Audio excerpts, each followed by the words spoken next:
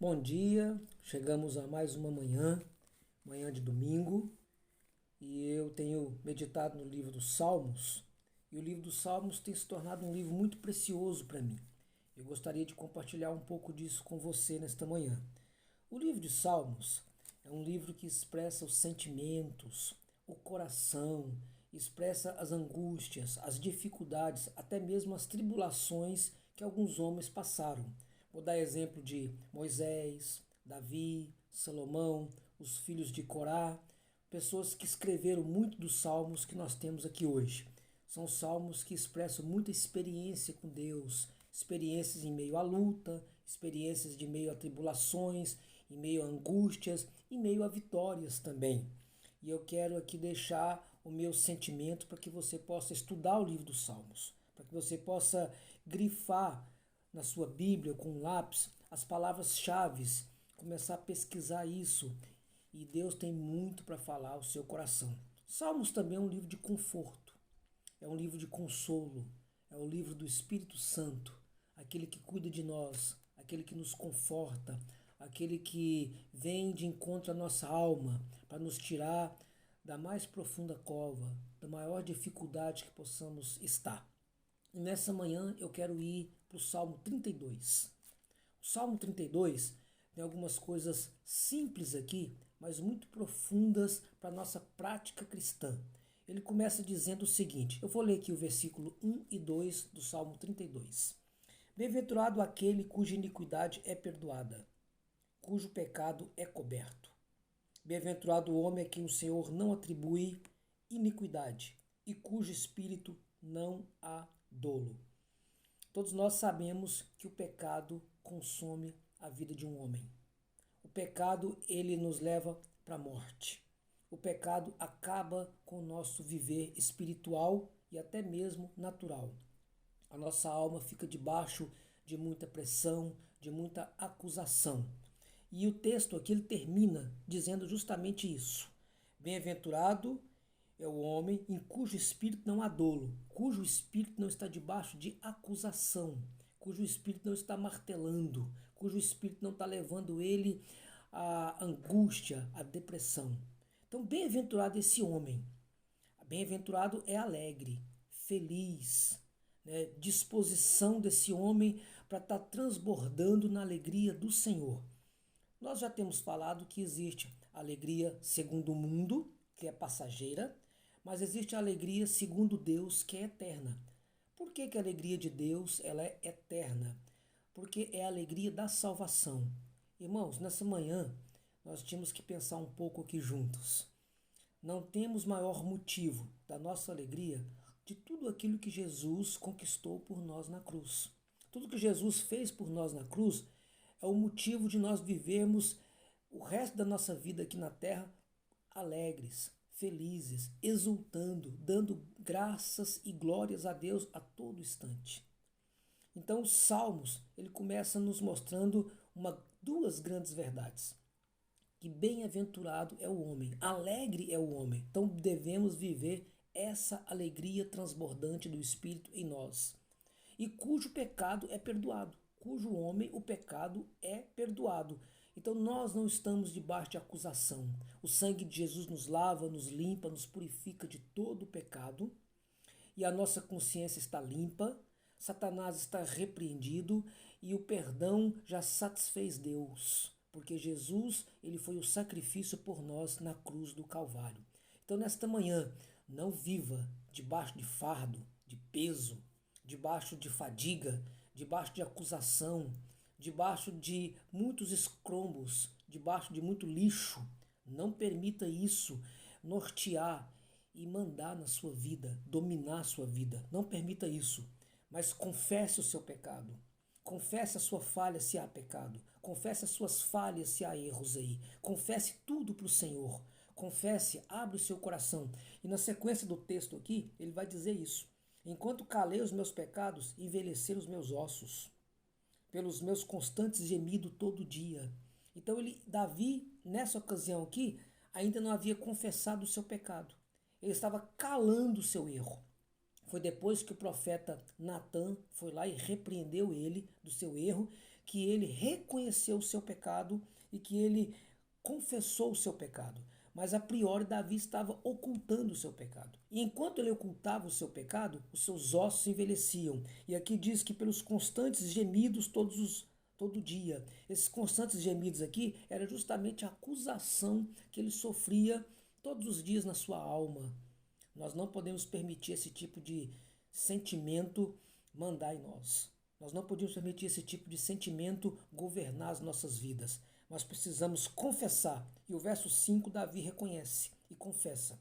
Confessei o meu pecado, a minha iniquidade não mais ocultarei. Disse, confessarei ao Senhor as minhas transgressões, e tu perdoaste a iniquidade e o meu pecado. Então, irmãos, quando nós confessamos, nós alcançamos misericórdia de Deus, alcançamos o perdão de Deus, alcançamos a vitória sobre o pecado. Então, o X da questão aqui é você não permitir a acusação de Satanás, a acusação na sua consciência, a acusação na sua mente, o pecado ser jogado na sua cara e querer te desmoralizar e te jogar para baixo e te paralisar. Nós ficamos paralisados e não conseguimos mais continuar na vida cristã.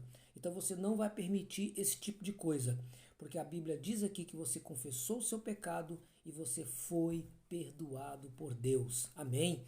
Quero que você, aonde você estiver aí agora, diga comigo: eu sou um filho de Deus, perdoado pelo Senhor. Amém.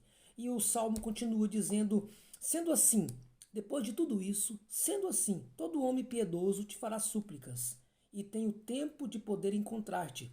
Com efeito, transbordarem muitas águas, não te atingirão.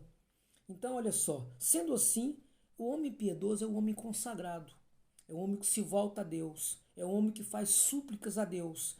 E ele pode encontrar o Senhor no momento oportuno, todo o tempo. Toda vez que esse homem encontrar o Senhor, fruto dessa comunhão com Deus, fruto dessa intimidade com Deus, as águas vão transbordarem, mas não vão te atingir. Irmãos, quando nós estamos no Espírito, em comunhão com Deus, nós estamos guardados, nós estamos protegidos. As muitas águas não nos atingem. E é por isso que ele continua dizendo justamente isso. Tu és o meu esconderijo. Tu és o lugar de refúgio para a minha vida. Tu és aonde eu me guardo. E tu me preservas da tribulação e me cercas de cantos de livramento. Eu quero que você nessa manhã medite nisso. Comece a cantar cantos de livramento, cantos de libertação, cantos de vitória. Começa a cantar isso, a falar isso, a declarar a palavra através dos cânticos, cantos de livramento. Eu me lembro aqui de um cântico antigo, né? Ele é o leão da tribo de Judá. Jesus tomou nossas cadeias e nos libertou. Ele é a rocha da nossa vitória. Quero que você olhe para a letra desse cântico. Comece a dizer cânticos de livramento, cânticos de vitória. O nosso general é Cristo. Seguimos os teus passos. Nenhum inimigo nos resistirá, né?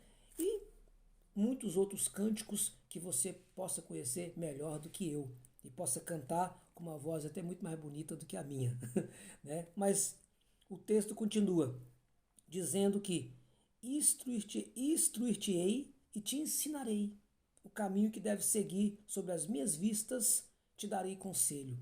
Depois da comunhão com o Senhor, depois da intimidade com o Senhor, há uma promessa aqui de nos instruir, de nos ensinar, de dar direção para as nossas vidas.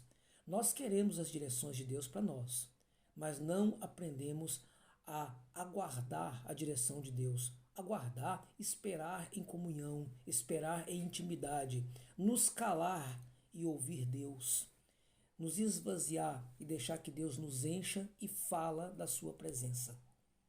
Então Deus só pode falar quando a minha alma não está debaixo de perturbação. Deus só pode falar quando as minhas emoções não estão afloradas. Deus só pode falar quando eu não estou com a mente agitada. Eu preciso me aquietar na presença de Deus para que o Senhor possa falar comigo.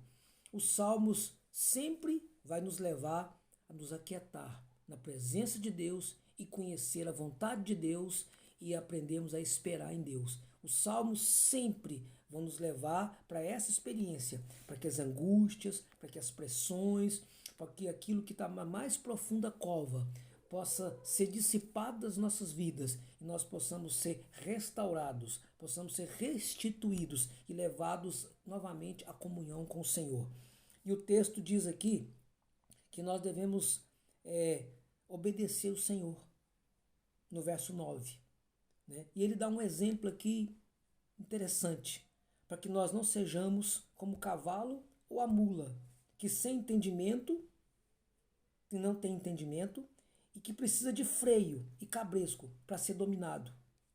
Sabe, irmãos, nós muitas vezes somos como a mula e o cavalo diante de Deus, porque Deus está falando conosco e nós não obedecemos, e somos teimosos, e precisamos de freio, e somos difíceis para entender, e o Senhor quer nos ensinar, o Senhor quer falar conosco, o Senhor quer que sejamos mansos, o Senhor quer que sejamos prontos a ouvir a sua voz, o Senhor quer que sejamos quietos. Esse exemplo que ele deu aqui do cavalo e da mula é justamente para nos levar a sermos quebrantados diante de Deus, a nos levarmos a sermos consagrados a Deus, nos aquietarmos para novamente ouvirmos a sua voz. E ele diz aqui que o sofrimento vai estar na casa do ímpio. Muito sofrimento terá de curtir o ímpio. Eu não quero sofrer. Ninguém aqui é masoquista e quer sofrer. Eu não quero sofrer. O texto diz aqui que o sofrimento é na casa do ímpio. Por quê? Porque o ímpio não obedece o Senhor. A falta de obedecer ao Senhor, a falta de ouvir o Senhor, a falta de ter o entendimento aguçado pelo Senhor, de ter o entendimento moldado pelo Senhor, vai nos levar ao sofrimento. Nós já falamos isso aqui no versículo anterior. Então, o contrário desse sofrimento, ele termina o salmo dizendo: alegrai-vos no Senhor, regozijai-vos, ó justos, exultai. 3 vezes palavras sinônimas. Alegrai-vos, regozijai-vos e exultai. Ele começou com bem-aventurado e agora termina alegria, regozijo e exultação, que também é a alegria da salvação. E nós precisamos estar com o nosso coração reto diante de Deus, um coração puro diante de Deus. A vontade de Deus, irmãos, é que sejamos pessoas satisfeitas, alegres, guardadas, protegidas, debaixo da paz e da misericórdia do Senhor, debaixo da bênção do Senhor. Deus não nos fez para preocupação, ansiedade. Deus não nos fez para viver fardos, pesos, para vivermos debaixo de falta de perdão. Deus quer que nós possamos perdoar aqueles que nos perseguem, para que possamos viver uma vida livre. Nesta manhã, o que eu queria dizer para você é que o Senhor te chamou para a liberdade de espírito. Amém? Eu vou orar com você ainda nesta manhã. Pai, nesta manhã eu oro por aquele irmão, por aquela irmã que está me ouvindo, que o Senhor possa tirar todo fardo, tirar todo peso, tirar toda acusação que está na mente dessa pessoa. Eu não sei o que essa pessoa fez, o que essa pessoa cometeu para estar debaixo de muito fardo. Mas a tua palavra diz: vinde a mim os cansados, sobrecarregados, e eu vos aliviarei. Nessa manhã eu libero uma palavra de libertação, uma palavra de cura, uma palavra de livramento. O Senhor é aquele que livra, o Senhor é aquele que perdoa. E eu repreendo Satanás nesta hora, que é acusador das nossas almas, em nome de Jesus. E quero profetizar, meu Deus, como diz a tua palavra, a alegria da salvação, a alegria de ter a tua vida, a alegria de viver o Senhor. Nesta manhã que o Senhor encha o meu irmão e a minha irmã com uma alegria indizível, uma renovação do teu espírito.